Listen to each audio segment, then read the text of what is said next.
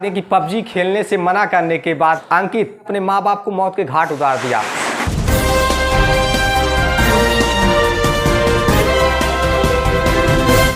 नमस्कार, मैं राजीव रंजन, आप देख रहे हैं SK News 24 सच्चाई की जीत। आज आपको उत्तर प्रदेश के ब्रेकिंग न्यूज से रिव्यू कराने जा रहा है, जो झांसी जिले के एक ग्राम सभा की बहुत बड़ी खबर निकलकर सामने आ रही है। आप सभी जानते हैं पबजी किस प्रकार से प्रचलित है, ना सिर्फ भारत देश में बल्कि तमाम देशों में। अधिकतर युवा जो पबजी में इस प्रकार से लीन हो चुके हैं कि उन्हें खाना पीना ना उन्हें कार्य का फिक्र है, अपने भविष्य की चिंता है, सिर्फ और सिर्फ गेम के पीछे लग पड़े हैं। वो गेम है पबजी। ये पबजी गेम का नशा कुछ एक व्यक्ति पर इस प्रकार से पड़ता है कि वो व्यक्ति भूल जाता है कि हम किसी माँ बाप के बेटे हैं, किसी बहन के भाई हैं।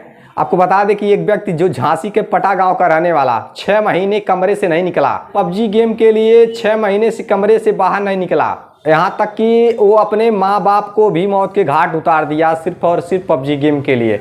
झांसी में पबजी एडिक्ट को माता पिता की हत्या करने का कोई अफसोस नहीं। थाने में आरोपी अंकित विश्वकर्मा ने एक भी बार माँ बाप के बारे में नहीं पूछा और पुलिसकर्मियों से बार बार सिर्फ अपना मोबाइल मांगता रहा। दरोगा से बोला कि मेरा मोबाइल ला कर दो। शुरू में पुलिस ने उसकी बातों को अनसुना किया, लेकिन वह जिद करने लगा। इसके बाद दरोगा ने पूछा कि कहाँ है मोबाइल तुम्हारा।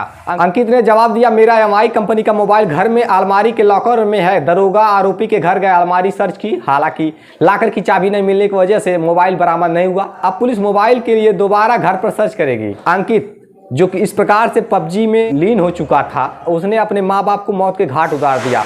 पबजी खेलने से रोकने पर अंकित ने तवा मारकर पिता लक्ष्मी प्रसाद, जिनकी उम्र 58 वर्ष बताई जा रही है, और माता विमला देवी, जिनकी उम्र 55 वर्ष है, उन्हें मौत के घाट उतार दिया। शनिवार सुबह घर के मेन गेट पर दोनों पड़े मिले थे। पोस्टमार्टम में पिता के सिर में 8 और मां के सिर में 5 चोट मिली। अंकित ने इतनी ताकत से मां बाप पर हमला किया, दोनों के सिर की हड्डी टूट गई। PM रिपोर्ट में दोनों की मौत की वजह हेड इंजरी और हेमरेज निकलकर सामने आई है। अंकित ने गेम के लिए लॉकडाउन में नौकरी तक छोड़ दी। लॉकडाउन में नौकरी छोड़ी, गेम के चक्कर में 6 महीने कमरे से बाहर नहीं निकला। मूल रूप से पठा गांव निवासी लक्ष्मी प्रसाद 10 साल से पिछोर में रह रहे थे। वह सरकारी स्कूल में प्रिंसिपल थे।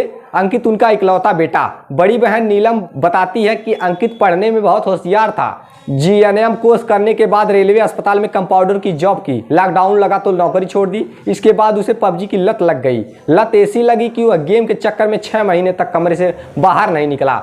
खाना खाकर सिर्फ गेम खेलता था। ज्यादा कुछ कहने पर वह माँ बहनों को पीटता था। परिवार के लोग बार बार उसे गेम खेलने से मना करते थे, रोकते थे, लेकिन वो किसी की बात सुनने को तैयार नहीं था। इतना ही नहीं, पिता ने लॉकर में उसके मोबाइल और लैपटॉप को तोड़ करके अलमारी में रख दिए, जिसके बाद अंकित की प्रवृत्ति हिंसक हो गई। छोटी बहन सुंदरी बताती है कि अंकित को गेम खेलने की लत छुड़ाने के लिए काफी प्रयास किए।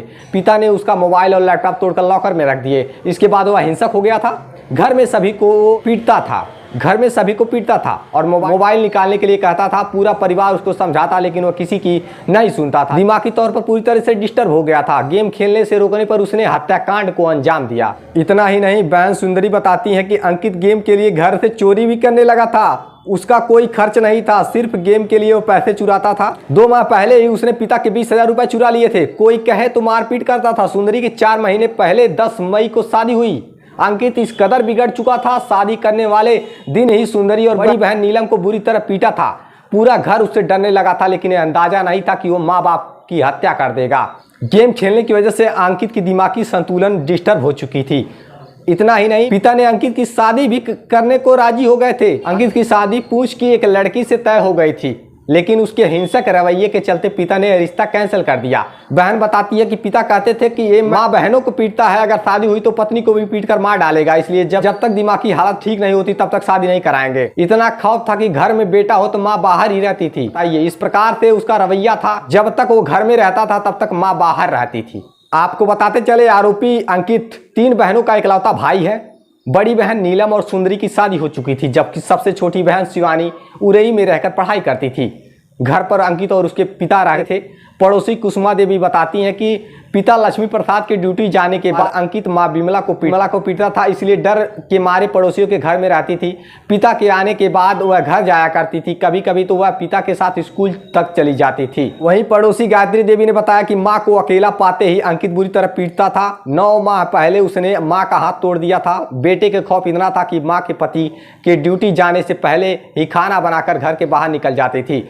अंकित पिता से थोड़ा डरता था, पड़ोसी को गाली देता था तो कोई उनके घर नहीं जाता था।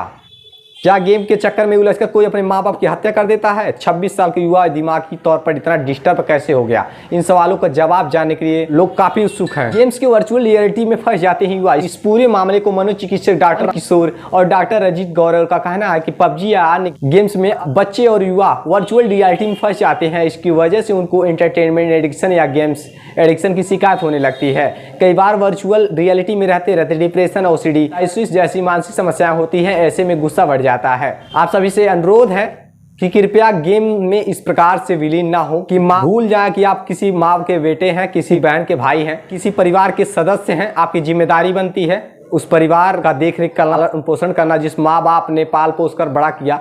आपसे उम्मीद ही लगाए बैठी कि आप एक दिन उनका सहारा बनेंगे और इस प्रकार से घटना को अंजाम दे तो क्या ये वो इंसान कहलाने के लायक है? आप स्वयं सोच सकते हैं। उत्तर प्रदेश सरकार से मेरा अपील है कि इस व्यक्ति को तो फांसी होनी चाहिए। और जितने भी युवा भाई हैं उनसे मेरा एक ही अपील है कि कृपया गेम से दूरी बनाकर रखें, अपने भविष्य की चिंता करें, ना कि गेम की। देखते रहिए SK News 24 सच्चाई की जीत। जय हिंद।